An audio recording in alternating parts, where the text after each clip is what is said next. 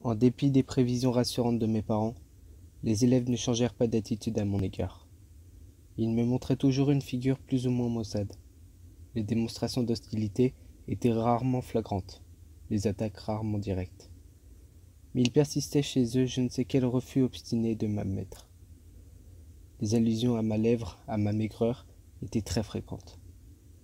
Aux questions qu'on me posait, je répondais en toute innocence. Je suis tombé sur un jouet quand j'avais 13 mois. Un jouet? Quel genre de jouet, je me demande. Sais pas. Quelque chose en métal, je crois. Je pense bien.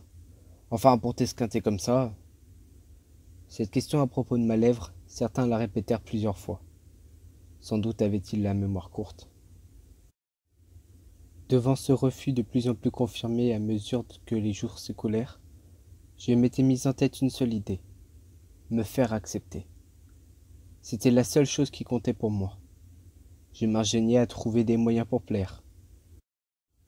Avait-on oublié dans le gymnase un morceau de craie pour dessiner par terre un jeu de baseball supplémentaire? Je retourne le chercher, disais-je. Tu ne saurais même pas le trouver. J'y vais. Même réponse s'il m'arrivait d'aller chercher une balle, un gant de catcheur oublié. Toi? Je n'ai pas confiance. J'y vais moi-même. Tous mes efforts furent vains. Au contraire, j'avais l'impression qu'on me méprisait d'autant plus. Il neigeait presque tous les jours. En ce mois de décembre, la neige, malgré la proximité de la rivière du Missouri, était si sèche et le vent si fort qu'il balayait le champ de récréation le plus proprement du monde. La terre avait durci comme du ciment.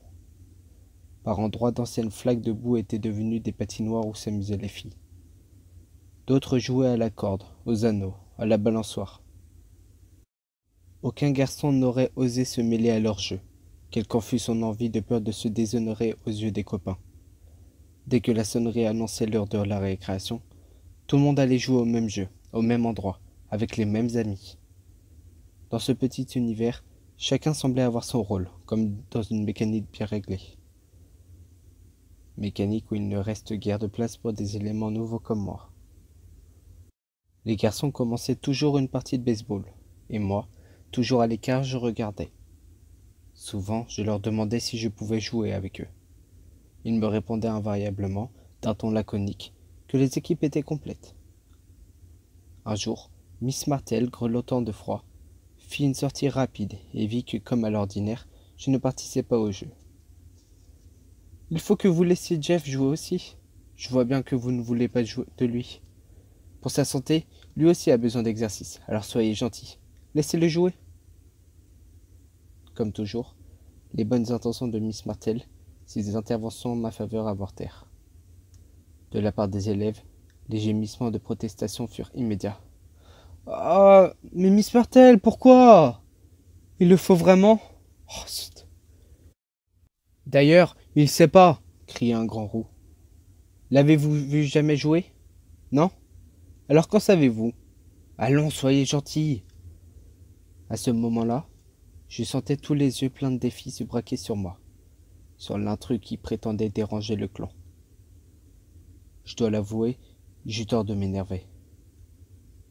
Malheureusement, je ne savais que trop conscience de vivre un moment décisif et ma nervosité m'empêcha de faire ce que autrement j'aurais pu réussir sans trop de mal. On me lança la balle, je la ratai. Huées, applaudissements, sifflets. Une deuxième fois, on me lança la balle. Une deuxième fois, mon bat trancha l'air, la manqua. Nouveau sifflet. Nouvelle clameur. Bravo! Parfait! Quel champion! Et ainsi de suite, sans résultat, jusqu'au moment où je dus céder mon tour à un autre. L'équipe adverse me félicitait, alors que la mienne protestait, prétendant que je ne savais pas et ce que je faisais était nul, ne comptait pas. Tous, quelle que fût l'équipe, semblaient rassurés, contents d'avoir vu l'échec. Quant à Miss Martel, elle n'insista pas davantage. Elle ne prenait jamais de sanctions sérieuses. Sa timidité provenait peut-être du fait que, selon les ragots des élèves, l'institutrice précédente avait été balancée parce que trop vache avec eux. Aussi une coalition de mère d'élève, avait eu vite fait de la vider sous prétexte qu'elle était trop nerveuse pour enseigner. De ce jour, on me surnomma officiellement celui qui ne sait pas. Chaque fois qu'il était question de former des équipes, on se battait littéralement pour éviter une certaine minorité d'indésirables dont je faisais partie. Chose curieuse, cet unanime accord contre nous autres, les exclus, consolidait leur unité, leur coopération. Se chamaillaient-ils entre eux? Il suffisait que leur regard tombât sur l'un de nous et immédiatement, ils s'étaient réconciliés. Aucun sujet de discorde ne tenait devant l'hostilité compacte qui cimentait leur alliance. Nous servions de prétexte à tout dégorgement de haine, de cible à tout excès de méchanceté. Oh, bien sûr, je n'étais l'objet que d'une haine très relative, petite haine gentille et inconsciente, mais vigilante. Ils étaient toujours d'accord pour dire en rigolant, et souvent avec plus de bonne humeur que d'inimité véritable. « Oh, lui il ne sait pas. Lui il ne peut pas. Oh, non, surtout pas. Nous n'en voulons aucun prix. Grosse lèvre, on vous le donne gratis. » Avec une rapidité étonnante, ils avaient découvert ce surnom. Grosse lèvre. Jamais je ne me suis senti aussi affreusement seul que sur ce champ de récréation, proscrit de ces jeux, de ces cris. Il y avait cependant une exception. Quand inspirés par les événements, ils jouaient à la guerre, ils avaient besoin de morts. C'était un rôle qui m'offrait sans aucune réticence, car aucun n'était volontaire. Quelqu'un disait « Tiens, si on s'amusait à faire la guerre, d'accord ? Bon, seulement il faut promettre de tomber raide mort si on est touché. » Ah zut, c'est dur par terre, ça fait mal. Ça ne fait rien, c'est le jeu.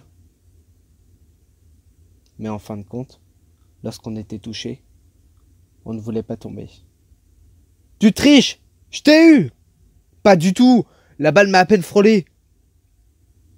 Moi, au contraire, pour leur faire plaisir, et pour qu'on me redemandât de jouer, je suis tombé au premier coup, en gémissant, en me tordant tant que je pouvais. Alors on venait m'achever à l'endroit où, étendu dans la neige, j'attendais qu'on vînt me ranimer pour la prochaine partie. Quand on jouait au baseball, mon rôle était moins important. Je me tenais souvent derrière le grillage qui clôturait le champ, et j'attendais avec impatience le moment où la balle la survolerait, ce qui me donnait l'occasion d'aller la ramasser et de la renvoyer. Ces instants m'emplissaient d'une joie telle que parfois je n'arrivais pas du premier coup à la relancer par-dessus le grillage, ce qui évidemment provoquait une grande hilarité. « Tu parles d'un as ? Bis bis, bravo ! Il n'est même pas bon à ramasser la balle, quelle dinde !» J'avais pourtant ma petite utilité, et certains, pour me garder dans cette fonction de ramasse-balle, daignaient m'accorder parfois, en tête-à-tête, un mot de remerciement, murmuré avec réticence. Je ne cessais derrière mon grillage d'encourager les joueurs avec des gestes ou des cris. « Allez-y! Cours vite! Plus vite! Vise bien !» Mais ces cris, je prenais soin de ne pas trop les pousser, de peur qu'on ne me lançât brutalement, comme on l'avait déjà fait. « Ah, tais-toi, idiot, tu nous barbes !